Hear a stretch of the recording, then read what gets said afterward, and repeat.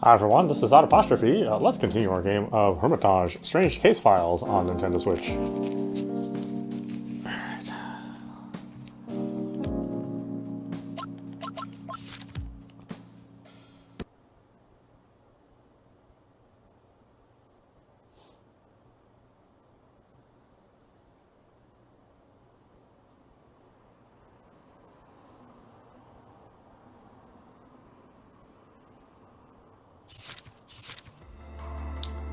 Speaking of danger, there's something I've been meaning to talk to you about. I was expecting that. It's written all over your face. Go ahead, what is it? You remember that sky pit incident? Another one of those holes has turned up. One of them was bad enough, and now there's a second one? You mean, like the one close to the riverside viewing platform? Exactly. Luckily, there was far less traffic there than at the site of the previous incident. That means slightly less information will leak to the public, too. An important international conference is just around the corner, and one bad event keeps chasing the next. City officials are panicking. It's pure chaos. Did you go there to have a look at it yourself? Yeah, I did.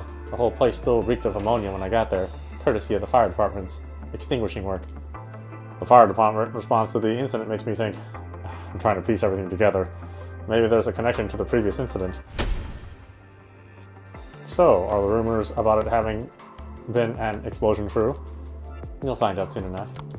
Scarlet presses play and a part of the screen suddenly turns white. Turns out things aren't quite so simple and can't be explained by the rumors floating around. What appears on the screen looks more like a lightning bolt than a fireball. I started looking for more clues in the other videos. Sure enough, the people were terrified. Even if you're the most courageous person on Earth, it's normal to make a run for it in a situation like that. Nobody even thought about turning back for the others. They're frantically running around like a bunch of panicked rabbits. Pay attention to those people there. They're heading south towards the big crowd. I can see several shadows almost being swallowed up by the debris. 2 people trip and fall while running away, but the others make it. In the final surveillance video, several men in police uniforms can be seen, keeping the people away from the crowd. They're carrying something in their mouths. It looks like whistles. Stop. This is it. The time code freezes. 14:58:18. Was there an explosion in this case too? It looks just like what happened at the viewing platform. It happened late at night, so there aren't as many eyewitness reports this time around. The people who were there, or at least close by, all mentioned loud noises and blinding lights. I got close, so I have a pretty good idea of what the site of the incident looks like. Scarlet sighs and starts rubbing her temples. It looks eerily similar to the gaping hole from last time, like something unbelievably hot burned a hole straight into the ground, or somebody scooped out a large chunk of asphalt as if it were ice cream.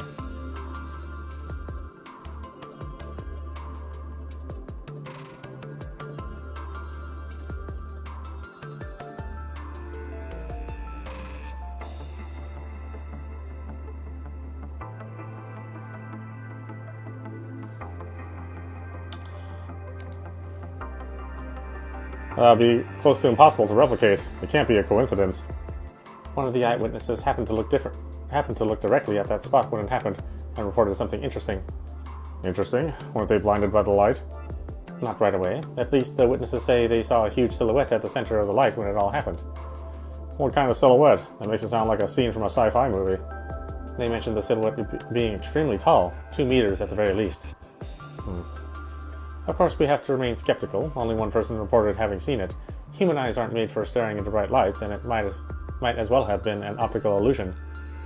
You're right. We can't rule out the idea that it was just a mirage. I'm not sure that's the right word for it. Think about it. From everything you just described, the air around the incident site must have been brimming with heat. That would conflict with the eyewitness report, because nobody could just stand around in such extreme heat. Maybe for just a moment? Oh well, I don't know. I don't think we have enough to go on yet. A wild guess won't do us any favors. Let's set aside the mysterious silhouette and whether it's real or not for now. The fact remains that the same thing has happened twice in the city. We should just focus on and dig deeper. We just can't catch a break, can we? Once you're done with your other stuff, call up Justin and let him work his job. I'm sure it's more exciting than whatever he's doing right now. I'm not sure excitement is what he's after. You should probably ask him yourself. I'm sure you would have an easier time persuading him. I doubt he'll say no if you speak to him face to face. You really think so? I somehow doubt that. I'm not... Save your breath. As far as I'm concerned, it's settled. Thanks for in advance. Scarlet picks up the crumpled packaging and gets up. I'll see if I can get some information out of those witnesses. I'll be in touch if I find out anything new. I'll be in touch if I need your help. Scarlet shoots me a nonchalant glance, but doesn't say anything. She's also hard to read.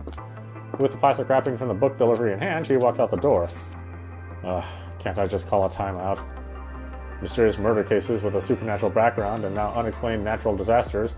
As Scarlet once said, there's a fine line behind which things can no longer be considered coincidences, and that line has not only been crossed, but stomped on and erased a long time ago. Something shady is brewing in the city, but what is it? Faced with such an ominous premonition, I can't help but worry about when we might bite off more than we can chew. Anyway, let's tackle this case. Problems keep piling up on top of the already existing ones. I slap myself lightly on the cheek in an effort to get my head back in the game. Until we get Zack back, I'm afraid our troubles have only just started.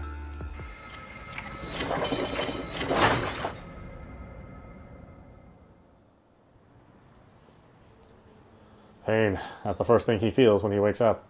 It sweeps over him like a wave of anguish, but no matter how hard he tries, he's unable to scream.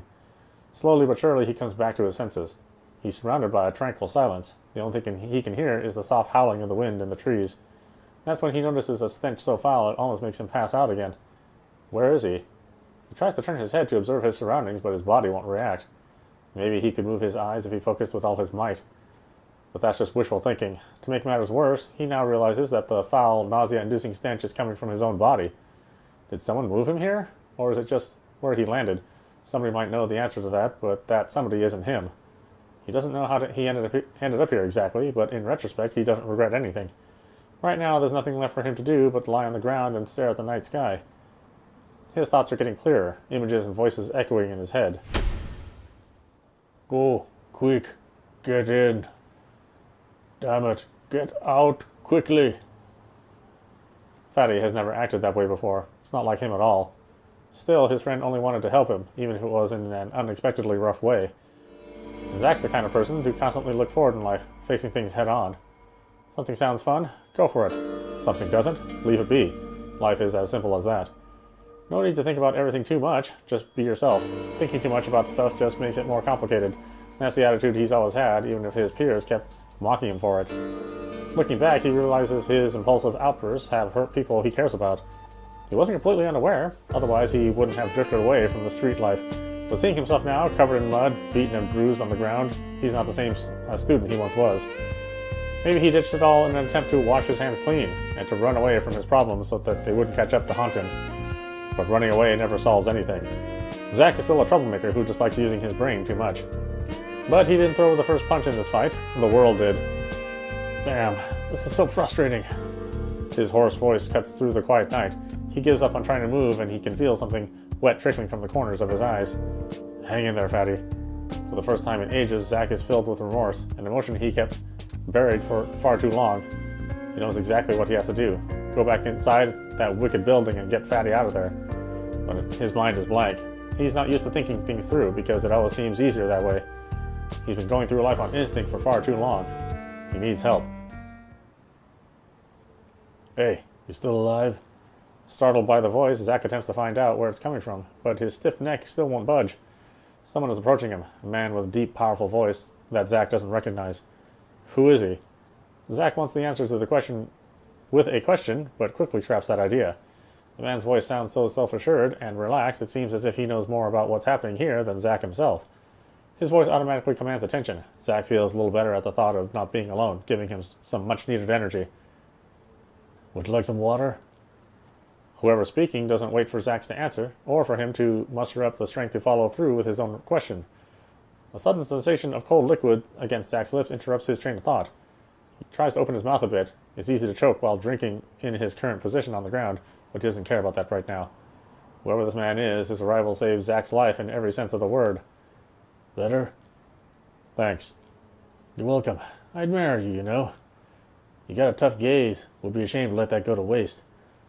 Waste? Don't worry about it. It's just a personal preference of mine. Letting something like that go would be missing a great opportunity. I don't understand. What are you trying to say? If you want to reach your goals, no matter how unachievable they may seem, you have to change yourself. There are many opportunities for change, but there's always a high price to pay. If you want to change something, you have to take action. Hiding away in a corner won't do you any good. The man keeps rambling on while giving Zach some more water. After a long rest, Zach can finally see clearly again. The man crouching next to him is pretty tall and imposing. Let's see how much you remember. There's something you wanted to do, right? Zach nods. No matter what this man actually knows, he is Zach's only chance. Whatever it is, you know you can't do it alone. Zach nods again. He has to use his brain and his fist if he need be, but he's afraid that won't be enough. This is his chance to ask for help, even if it means having to beg. But that isn't the issue here. As long as Fatty is trapped in that building, there are obstacles that Zach can't overcome yet. Zach doesn't say anything. He doesn't see the point in explaining everything to the stranger, who doesn't seem like he's ready to listen anyway. Ultimately, the question is, are you ready to make sacrifices to reach your goal? I mean, as in, sacrificing yourself? Zach still can't make out the man's face, but he can hear him chuckling to himself. Something isn't right with this guy. It sounds as if the devil himself is whispering in Zach's ear, and every word he says is full of hidden intent. Zach doesn't know what that hidden intent is, but he suspects nothing good. That doesn't stop Zach from nodding a third time. I give it all up.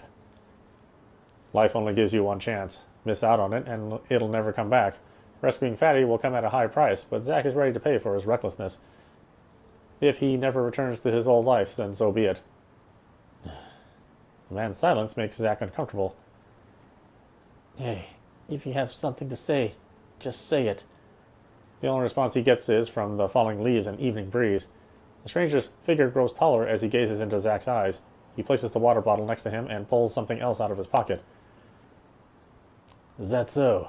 Well, you'll find out soon enough. If you want to do something about it, why not start with the water? Those guys can't go a day without it. It's what gives them energy. Ultimately, none of them are purebloods, just half-assed jokes.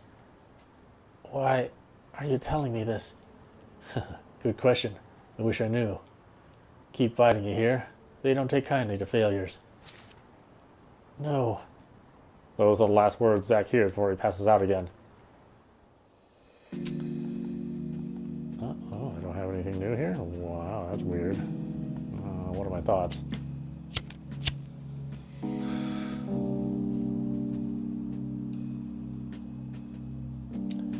I should consume less cigarettes, or my brain cells will die too soon. Though they tried all night, Justin and the others couldn't find a single trace of Zach. Yet the signs found at the Sengen building all suggest that Zach managed to make it out of there somehow. Still, as long as he hasn't been found, I'm still worried that something bad could have happened. Hopefully he'll come to his senses after this whole ordeal and start working on that temper of his.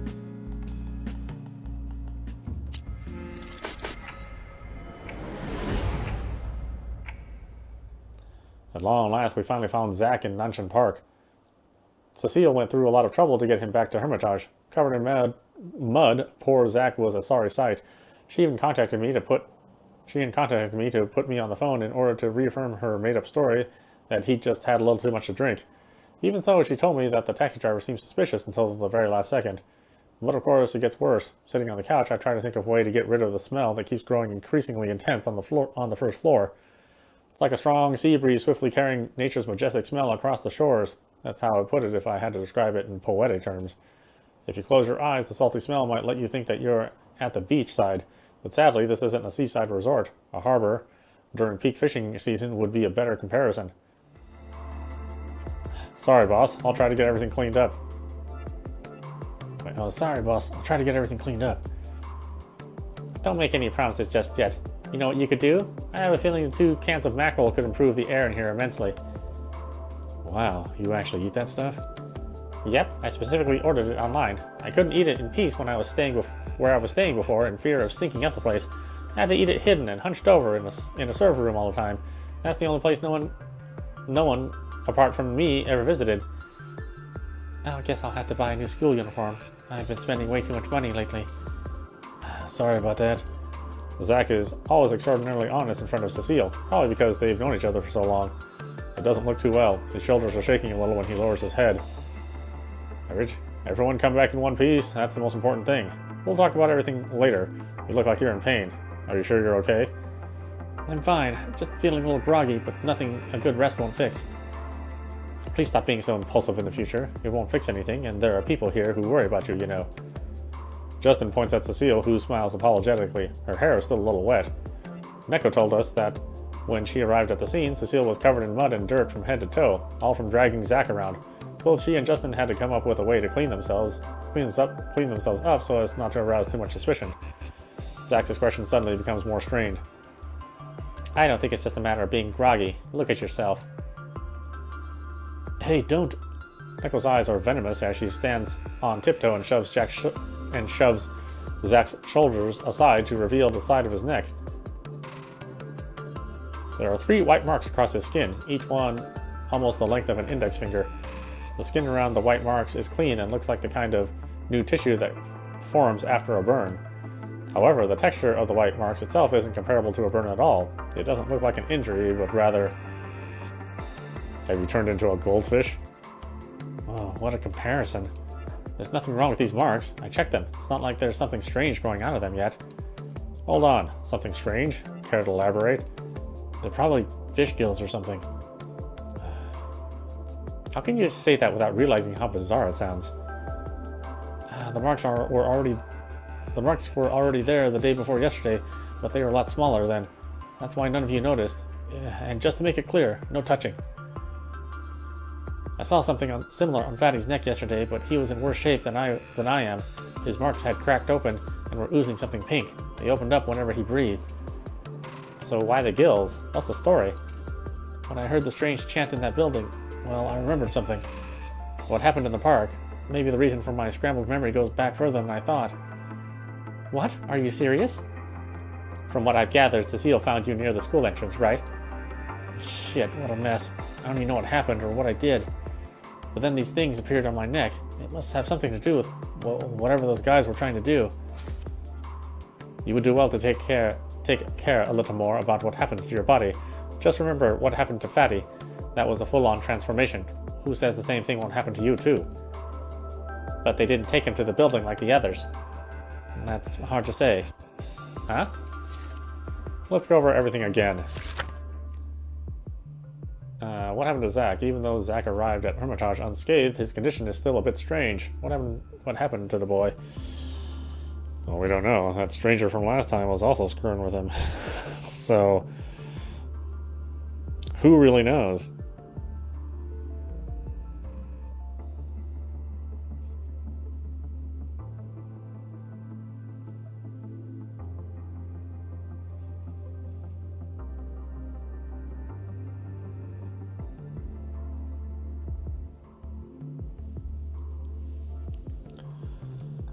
Alright, so we got Zach's state. Oh, it didn't do the summary. What the heck? Come on, there we go. Ever since Cecile found him, Zach has been in a fragile condition. Although he hasn't lost his spirit, his memories of the last 2 days is very hazy and his physical strength has decreased. There are 2 shallow white marks on Zach's neck, though according to Zach, they aren't painful. To me, it looks like those marks have healed.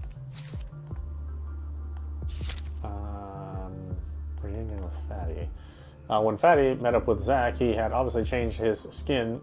His skin is hard and rough, as if it were covered in fish scales, and his body is much stronger. Fatty's face has changed dramatically, and huge cracks are etched into the sides of his neck.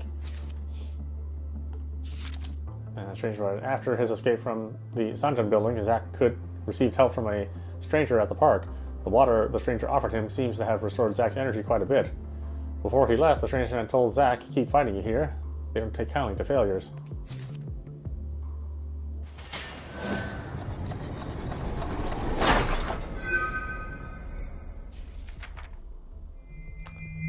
Failed transformations. Remember what Zach said? Someone strange spoke to him in the park. Is that so? Well, you'll find out soon enough. Keep fighting you here, and they don't take kindly to failures. The fact that the person who spoke to Zach found him at his hideout spot with ease tells us a lot already. Don't forget that he was nearly caught before Cecile stumbled upon him. Do you think that guy might have been working with the kidnappers who chased Zach around? Not necessarily, but there has to be some kind of connection. From what he said, he must know something about what's going on. That's what makes his statement even more intriguing. What does he mean by failure? It's safe to say he's not talking about exams, though this hothead fool sure looks like he's failed his fair share of those. The exact meaning is open for interpretation, but in the most common sense, it would mean a failure to meet certain standards. In other words, someone succeeded where Zach apparently failed. But at what? Maybe it's something about him being unable to save Fatty. But that would imply that no one succeeded at all. His phrasing, however, suggests that someone did, so it has to be about something else. Maybe that he didn't transform like Fatty did. That's possible. Zach still looks the same, apart from those gills, of course. Fatty turned into something almost unrecognizable, so there's a huge difference. The same thing was done to them, but the outcome was different. Fatty's kidnapping might have happened at a different time than Zach's. Jeremy only admitted to inviting Fatty along, and Zach wasn't able to reach Fatty that day. So they were both chosen as targets, but at different times. That could be it, yes. I think that maybe Jeremy thought Zach would come along willingly if they captured Fatty first. So Zach ended up hiding in the park, but things took a turn for the worse there. He saw something that night that gave him a thorough scare. A possibility occurred to me. Zach always feels lucky to have escaped, but what if he was simply released after being kidnapped, like a couple of the others have, and couldn't remember because he'd lost his memory? A sound theory. We can't rule it out. After being released, his scarred mind tried to piece things together forcefully, but couldn't. That would make it less strange than that Cecile found him near the school's entrance. Who knows where they dropped him off? So, even though he's alive and kicking right now, he's been through hell and back. Well, he's not exactly kicking, but yes, that's the gist of it. That's terrible. Are you okay? Does it hurt?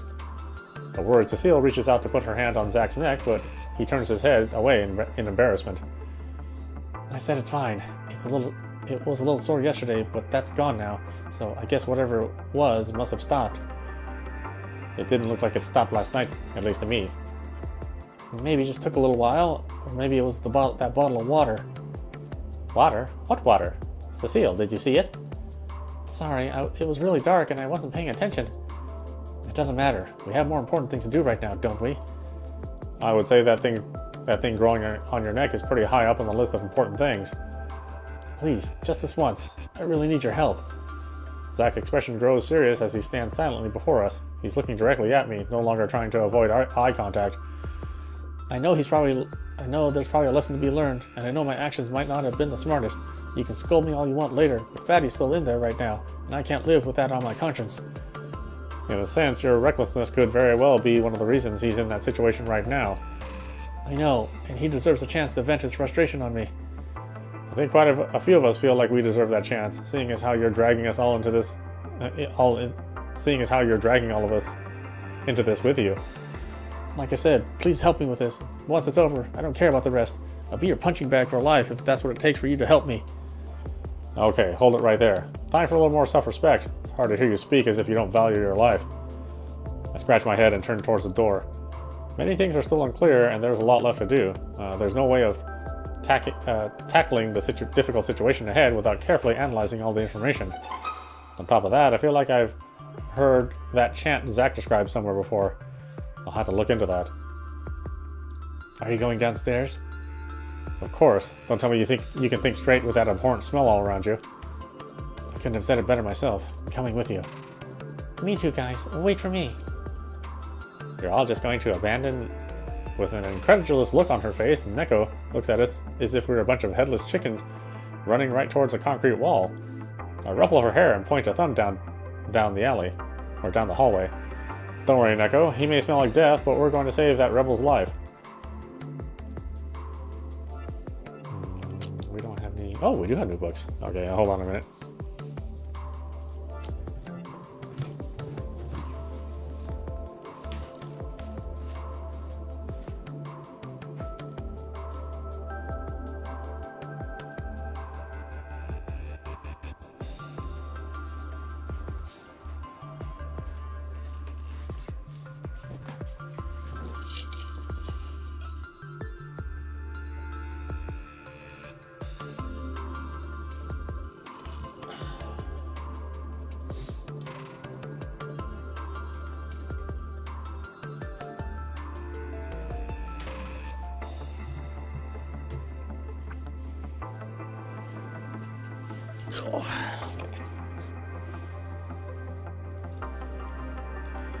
Alright, new books.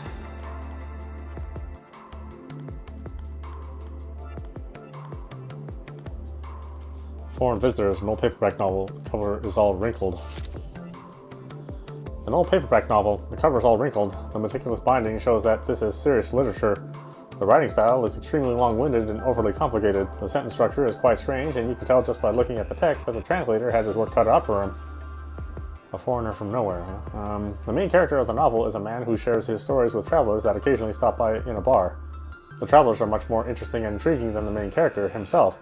The author never divulges their background, and it's up to the reader to decipher what they are, where they are from, and what they do by how they dress, talk, and act. Among the travelers is a criminal who ends up in a long back-and-forth dispute with the protagonist, arguing over ethics, law, technology, politics, and other topics until the bar closes. These debates are very philosophical, and every single word carries an astonishing amount of meaning. Although the story apparently takes place at the end of the 19th century, the character's way of thinking is extremely progressive. The story ends with the criminal being shot by a detective who leaves in an enigmatic message for the protagonist. Go home, take a nice bath, have a glass of whiskey, and forget everything you saw. Believe me when I say that trying to understand yourself 100 years from now will only drive you insane. Let's see, the Guanyin Faith, a rigorous local study. What appears to be detailed local studies are carefully stapled together. Even with all that care that went into it, it's quite obvious that this isn't a proper publication. There are no publishing information whatsoever, and the quality of the print leaves a lot to be desired. Some letters are barely readable. The author seems educated in the orthodox social sciences. He carefully analyzes the evolution of the Guanyin concept in different regions based on local folklore. The author points out that because of the long-term influence of pragmatic folk traditions, the Guanyin concept has changed a lot depending on the region. Guanyin is less impersonal than other deities. Human traits are associated with her, and there are many legends of her walking among mortals, helping those in need. This makes her seem more real than other deities. That is why it's easy for people to associate new myths and tales with Guanyin and incorporate them into their existing faith. Many primitive concepts that should have long been forgotten were preserved because of this. Although it wasn't the people's intention, the core of these beliefs still lingers because of them. Waiting, a brand new bestseller. It has heavy paper and an exaggerated decorative cover. A new bestseller with a pompously decorated cover printed on thick, expensive paper. There's a huge list of names in the back of the book, showing how many people were involved and in its massive advertising campaign. However, the content of the book itself is actually quite lackluster and cheap, the equivalent of literary fast food. The book emphasizes how the author relies on perseverance and sincerity to make progress and achieve his goals, but never goes into detail about what he actually does, or what his thought process... What the heck is going on? Okay, whatever. Or what his thought process is when making decisions. When you try to ignore the constant boasting in his book, there really isn't any information as to how the author made his first successful financial ventures. Without his high seed capital, he would never have gotten to where he is now. Unlike many other supposedly rich people writing lifestyle guides and self-help books like this, he is very secretive and ambiguous about where his money comes from and how he got his big chance. It's a very sudden and unexpected rags to riches kind of story. That's probably how he managed to become so popular. People eat up this sort of thing. Let's see, migration and change of customs, an understated academic report. An academic report. Judging by the Chinese-English bilingual title, it could very well be the result of a cross-border multinational academic study, especially given the names of the two authors. The researchers claim to belong to the French School for Advanced Studies in the Social Sciences, EHES, but the writing style and structure don't quite fit the characteristics of that institution. Also, the researchers don't seem to be well known in their respective countries. Putting aside these questionable factors, the report itself is rather exciting. Through extensive field research, the authors demonstrate the extent to which the various migration theories of the past fit into China's local context, using a sophisticated and practical approach which is very elegant in its academic presentation. The author's arguments are actually quite appalling. They argue that had normal migration patterns been followed, the south of the country would have exerted a greater influence on cultural traditions, yet the facts they found state the exact opposite. After taking all possible reasons into consideration, common assumptions are dismissed, leaving only one absurd possibility. In ancient times, at least 10 settlements in the South simply vanished, strongly diminishing the South's cultural sphere of influence. Even the authors themselves say they were highly skeptical of it all at first, but the study leaves no other possible conclusion. Romney said in his addendum that for the first time ever in social studies, he felt somewhat excited, but is also very frightened, and suddenly uncovering the existence of imaginary numbers and tamperings with history. No name, an old notebook with no name on it. An old notebook with no title. The notebook is about 2 fingers thick with a leather surface covered in dirt. It looks like it's been used for decades. The entire context of the notebook is written in German, and there are obvious traces that parts of it have been erased. The author wrote down various formulas, instructions, and statements in a poem-like structure. The notebook really doesn't smell that good, but I can tell what the stench is exactly. Okay, that's all the new stuff. Let's dive in. Well then, let's get started. What exactly did we come down here for? Just to talk? To analyze the situation as best we can. You know how the saying goes, if you know the enemy and know yourself, you need not fear the result of 100 battles. Blindly rushing in there is a bad idea, obviously. We also need to get a good grasp of their movement patterns and patrol rotations. We wouldn't want to run straight into their arms. Their patterns and rotations? We have to be honest with ourselves. We don't really know much more than the fact that there's something evil going on in that place. Rescuing the people who are being held inside will be difficult. Could you two please quit your pessimistic attitude? I think we've had enough. We're bound to figure out a way to pull this off. You're right. We need to think this over until we've exhausted all possible ideas. If you ask me, there are 2 very important questions that should come first. Who exactly are they, and what are they trying to do? It's fairly obvious, isn't it? They chase people down, kidnap them, and then turn them into nasty abominations. Having seen it with my own eyes should be enough proof, right? But do you know who they actually are, and why they're turning people into those scary things? Well, no, I don't, but why should I? Because the more we know about them, how they operate, and what their intentions are, the better we can prepare and take them on. I am proof of how big a role preparations can play in the outcome. If the store manager hadn't found out exactly that Gargoyle's ability to fly worked, I'd be orbiting the Earth as space trash right now. What? Long story. Forget about it. I'll tell you some other time. That brings us to the second question, and one thing's clear at least. We know where they're holed up. The better we know what exactly they're planning, the easier it'll be for us to find the right kinds of distractions we can sneak in. Am I right? Yeah, right. At least someone here makes sense. What's your take on all this?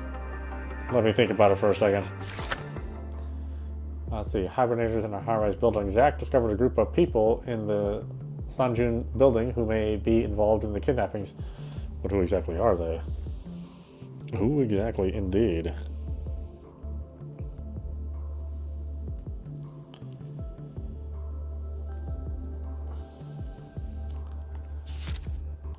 Let's see here. Zach heard a heated argument on the 5th floor of the Sanjun building. Our skill, technique advanced to, hey, they are unworthy. That's hard to believe in light of the recent failures. Okay, then there's a weird room. Zach had found an odd room inside of the Sanjun building. Some advanced medical devices were inside, but their purpose is unknown. It looked like those devices could be used to perform surgery on people. The patient of a failed surgery was actually left in the scene for some reason. This room seemed to conjure up certain memories in Zach that make him shiver.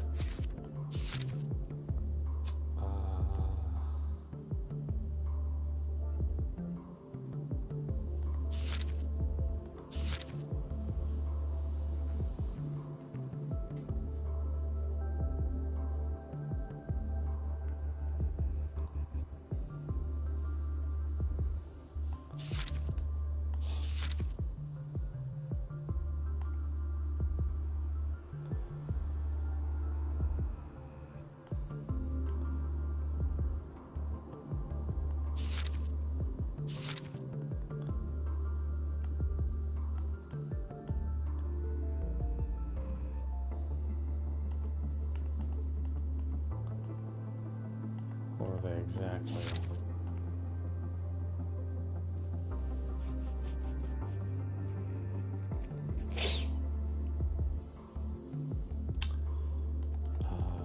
Second creator, no.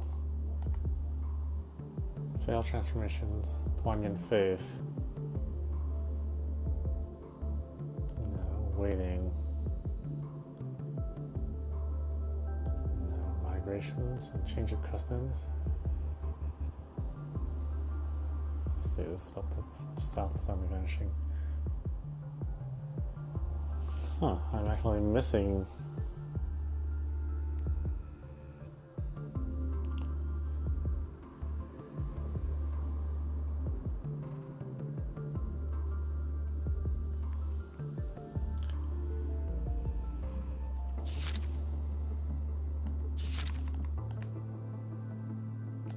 About this? No. I remember reading about something very similar to what Zach described in the book. There's a very strong correlation between the book contents and what he experienced.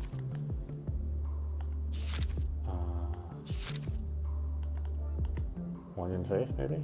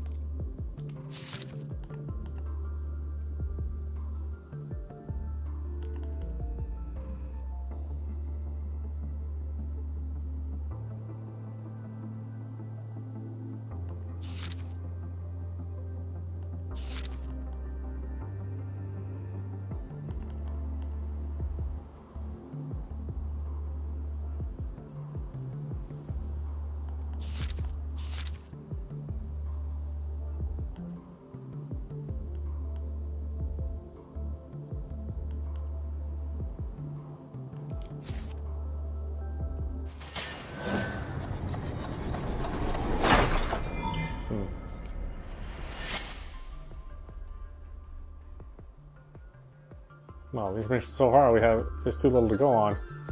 Unable to come up with a solid hypothesis, I throw up my hands and surrender. It's one thing to figure out what to do, but figuring out their background and what they're planning is a completely different story. Jeez, giving up out of the blue just like that. Yeah, I'm not willing to risk my life not knowing what's actually going on. No, sir. Not much left to say, is there? You guys can figure it out amongst yourselves. I don't give a rat's ass about any of that. I'm going to get Fatty out of there with or without you. Zach, please don't. Forget it. It's arguing against my principles to let these people go free. Count me in. For real?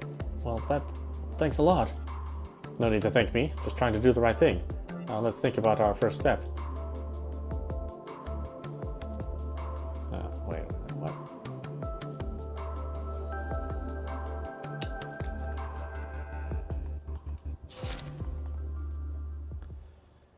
What the heck was the right answer? I thought I read all the books. I'm missing an entry on something. What was it? Some book that I hadn't read?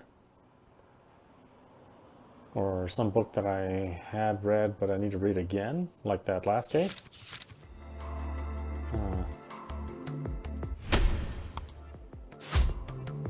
It definitely has something to do with one of the books.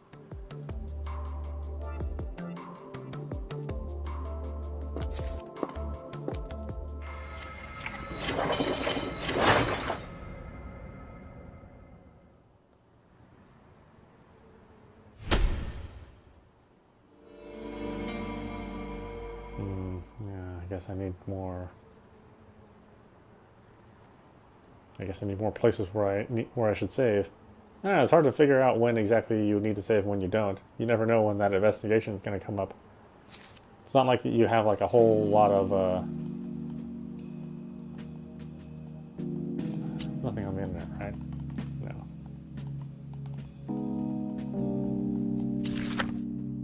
Those are all my case files.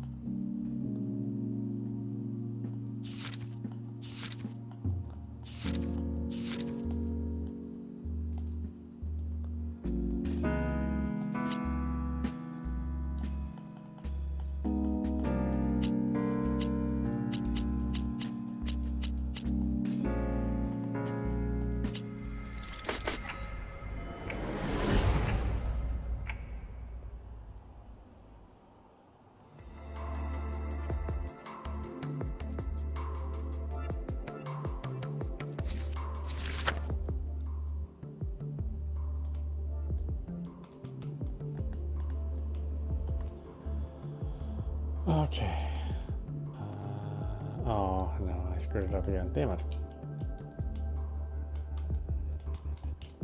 Like how it sticks you here and no way to leave. Okay, fine. You stupid ass game.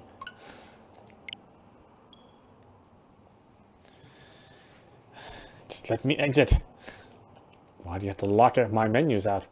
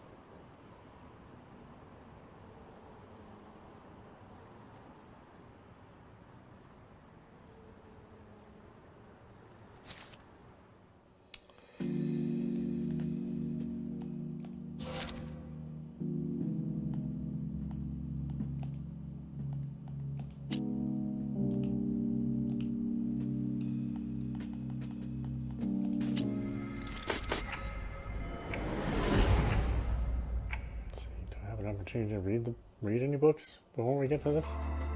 I don't think I do.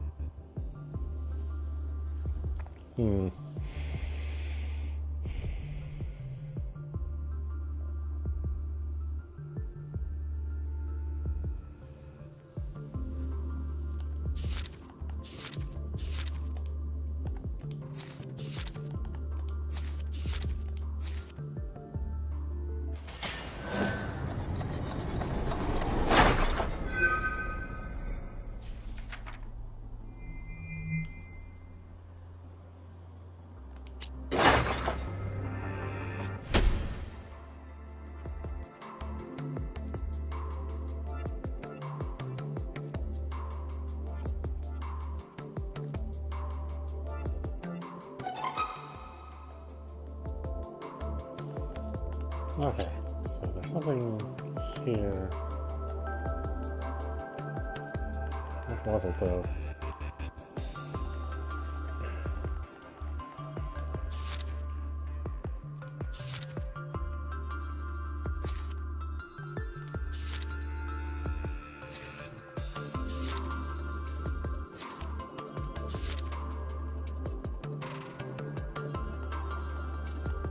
Maybe since he's turning into a fish person, that has to do with Cthulhu?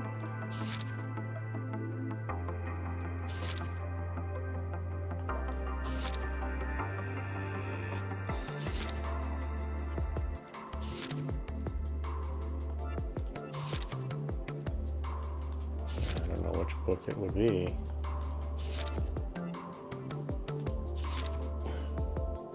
Not just the weird customs.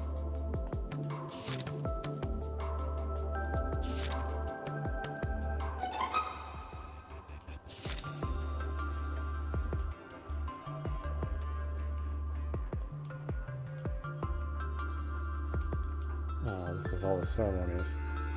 The whole book divides these symbols into 4 eccentric categories: identity, physical objects, behavior, and purpose. The symbol doesn't appear in a category. In fact, the author assigns a meaning to each symbol according to its importance and makes use of an odd logic of categorization.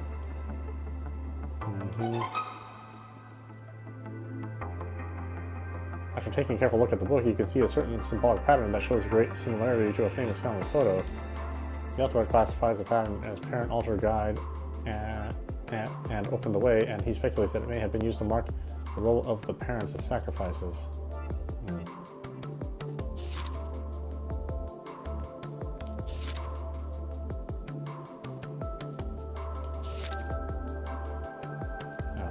that would definitely be it. Self-analysis.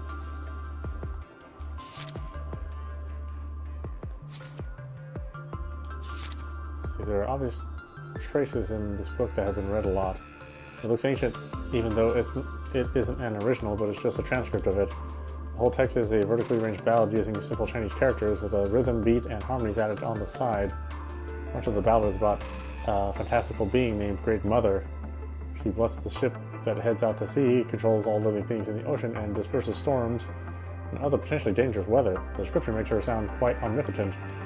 The ballad has clear instructions on how to ask for her blessing. While asking for whatever it is you want her to help you with, you make a promise to fulfill a certain condition. Example given. Come to me, Great Mother, return me safely from the sea. I'll gift you tea. I'll bring you meat. Great Mother in a black dress, please come to me. And now that I think about it, one of the songs written in this book sounds just like that of a friend of mine heard. The book mentions communities in which the most fishermen are odd and inarticulate, and only their children sing these songs to strangers. If you meet children who sing these songs, make a quick getaway. Because most of the communities are eager to increase their numbers, they won't hesitate to forcibly abduct unfortunate travelers. The few abducted people that manage to escape usually come back in a state of extreme confusion with a newly developed fear of open waters. Okay, that would make sense. That's sort of what he's like then.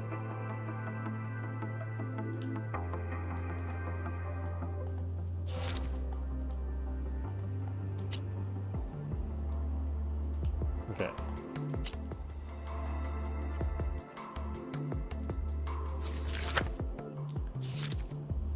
Alright, so that's what I was missing.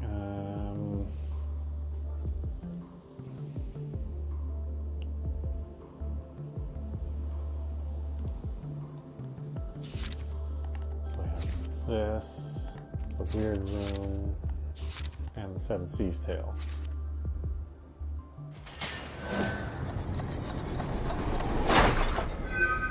Okay, there we go. Foreign visitors.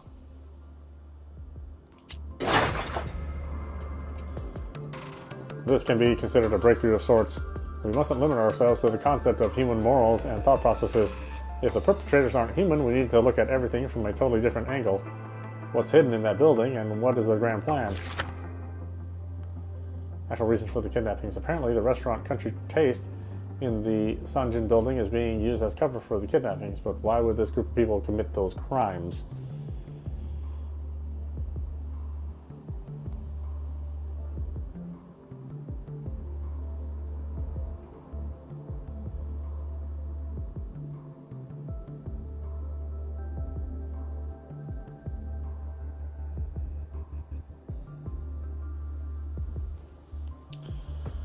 So we can say failed transformations.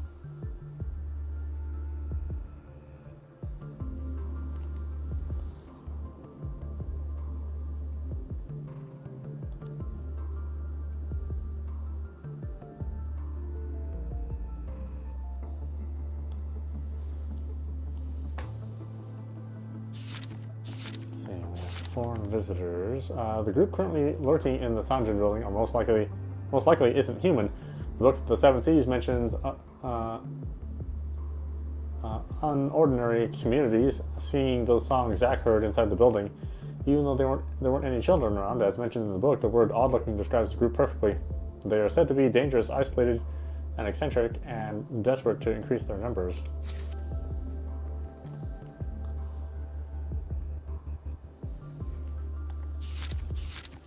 The outsider's plan.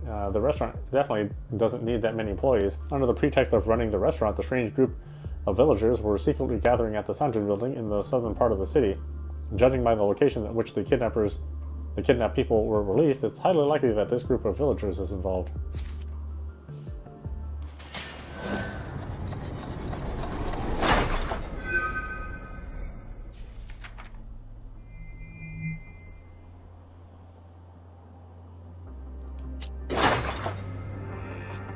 If my hunch is right, they are probably trying to create more of those things, increase the number of their companions.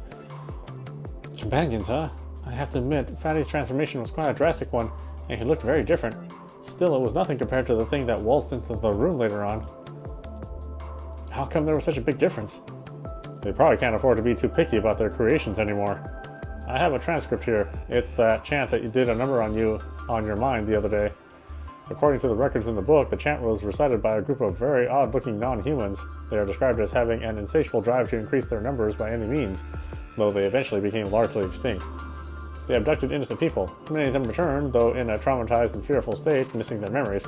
Sounds strangely familiar, doesn't it? So you're saying that's who... They are hiding in and operating out of that building, using surgical procedures to forcibly transform people into their own kind. They even discard their failures without any second thought or attempt to hide anything, meaning it's only a matter of time until they end up on the law's radar if they keep it up. No second thought, huh? You're right, they are working fast. There's been a huge spike in kidnappings in the southern parts of the city. We cannot accept. Hey now, this is a pretty sweet deal. You won't find another place around here as suited to your cause as this one. This has nothing to do with those. Our skill technique advanced. They are unworthy. That's hard to believe in light of recent failures. Oh yeah, you're not going to treat them as the same as us, are you? Everyone here seems to be local. There are never any new faces. You talk a lot. You play with fire. Anyway, the prophecy is what it is, and it's up to you to believe it or not. It's been almost half a month since we've seen the drug supplier from the Eastern District, and the Visionary Society members will be leaving the city soon. And that should work in your favor. You'll stay on the path, won't you? Or have you lost the courage to do great things? Judging from what Zack heard in the building, something must have pushed them to hurry things up. They are clearly willing to take far greater risks. They want to increase their numbers at any cost. Sounds like a war is brewing to me. Who knows? All I know for sure is that if we keep letting them operate, there will be more victims. This is tricky. If they really are working on such a major project, our chances are getting smaller by the second. Not much left to say, is there? You guys can figure it out amongst yourselves. I don't give a rat's ass about any of that. I'm gonna get Fatty out of there, with or without you. Zack, please don't. Forget it. It's against my principle to let those people go free. Count me in. For real? Well, thanks a lot. No need to thank me, just trying to do the right thing. Now let's think about our first step. You can exchange pleasantries after this is over. Over, guys. We've got work to do. Well said. I open the notebook and pull up the enlarged blueprint of the dungeon building. It's very clear and concise information. I really don't want to think about how Neko got her fingers on it, since it's most certainly involved hacking into some classified database. The print is small, and it's hard for all of us to gather around and get a good look. The store, as old-fashioned as Hermitage, naturally has no large printer in its disposal. The others watch me without saying much. Neko frowns, and that's just her temper. She knows the situation and accepts it. This time around, our goal is simple. Enter the building and get Fatty out safely. Ideally, we can help free others that have been kidnapped. We may not be able to escort them out personally, but maybe we can create a window of opportunity so they can escape on their own. We're outnumbered, and the building is going to be packed with goons who won't be happy to see us. We don't know if there are more transformed people and what traits they may have, so our safest bet is to avoid direct confrontation. We also need to think about a quick escape route. I've seen how many of them are there with my own eyes. We really need to find a way around them. It's a difficult situation. We might be able to handle it if it's just them, but as soon as innocent bystanders get involved, the situation will turn chaotic in the blink of an eye. Huh? What makes you think that? Think about it this way. If it's only them, we can't anticipate their actions. They work in secret, so they can't afford ending up on the front page of newspapers. That means they definitely won't chase us down in the street out in the open. You're right, but those same rules don't apply to the gang members who keep swarming the place. I should go on my own. I know how those guys operate. Also, you're here for a reason, right? Trying to stay out of sight? In that case, we don't want to draw any attention to this place. Take it easy. There's no need for you to turn this into a suicide mission. We'll find a way. The main problem is getting out. Getting in through the restaurant is the easy part. Nothing but a few dumb thugs and cronies there. Cecile helped me find their control room. I'll be able to do some jamming and provide support, but only if you don't get spotted, of course. Even if you only take Fatty with you, the trash chute won't be an option. Not enough space. But if you take another way, you'll be spotted once you hit the ground level. Am I right? We need to think of a way to distract the people inside the building. Any ideas? Hey, how about we light a fire in the restaurant? Wait, what? Hearing such an idea from Cecile takes me by surprise, too. Wow, chill. I'm thinking that they may all rush to the restaurant that way. Then we could use the building's back entrance to escape, along with everybody who's been held captive in there. Thing is, the way to the restaurant is the same way we'd be using to take the building's back entrance. Too risky. And let's not forget that the restaurant is merely a cover, so who knows how effective it would be. Yeah, and if we go in through it, there's no quitting. We'll have to do better than that. Right. I'm serious. The building's overly complicated and weird structure is already going to slow us down to a certain degree.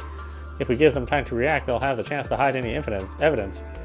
We need to think big, something that catches them so off guard that they won't have any time to react. So you just want to get rid of any chance to kill all of the flies with one stone? Wait, so you just want to rid them of any chance to kill all the flies with one stone? That's not really how metaphors go, but yeah, you get the idea. Okay, what did you have in mind? A fire, a big one. You know they won't want the fire department snooping around their base of operations. It's not that easy to set a building on fire, and to make matters more difficult, there aren't many flammable things around that place. I'm familiar with your tactics. I don't doubt for a second that you could pull it off, even if it's difficult to do. But let's not forget, though country taste is their place, there's a regular office space further up. You can't just burn it all to the ground. Oh, Justy, you big dummy. You're an adult. You should have learned how to use your brain by now. You little... Anyway, you're telling me you've somehow stumbled across miraculous alien technology that can set fires without causing any actual damage? I am, in fact, using my brain, but you're not making any sense. You want to use smoke bombs? I can see Justin is overwhelmed by Neko's intimidating assault on his IQ, and his brain is hard at work, so I just asked Neko directly. Yes, finally found someone who's on my level. There's no need to set an actual fire. It's enough to make it look like one. To make the threat appear real. If enough smoke is visible from the outside, it'll only be a matter of time before someone calls the fire department. And while they're trying to figure out what's going on, there'll be enough time for us to go about our business undetected. That's a good idea, but one question remains. How do we get our hands on smoke bombs? No worries, I have my ways. Neko sighs. The situation right now calls for one of her smug expressions, but the look she gives us is the exact opposite. I can provide smoke bombs, but... Hey, why are you suddenly looking at me like that? Neko ignores Zach's panicked question and to pose one of her own.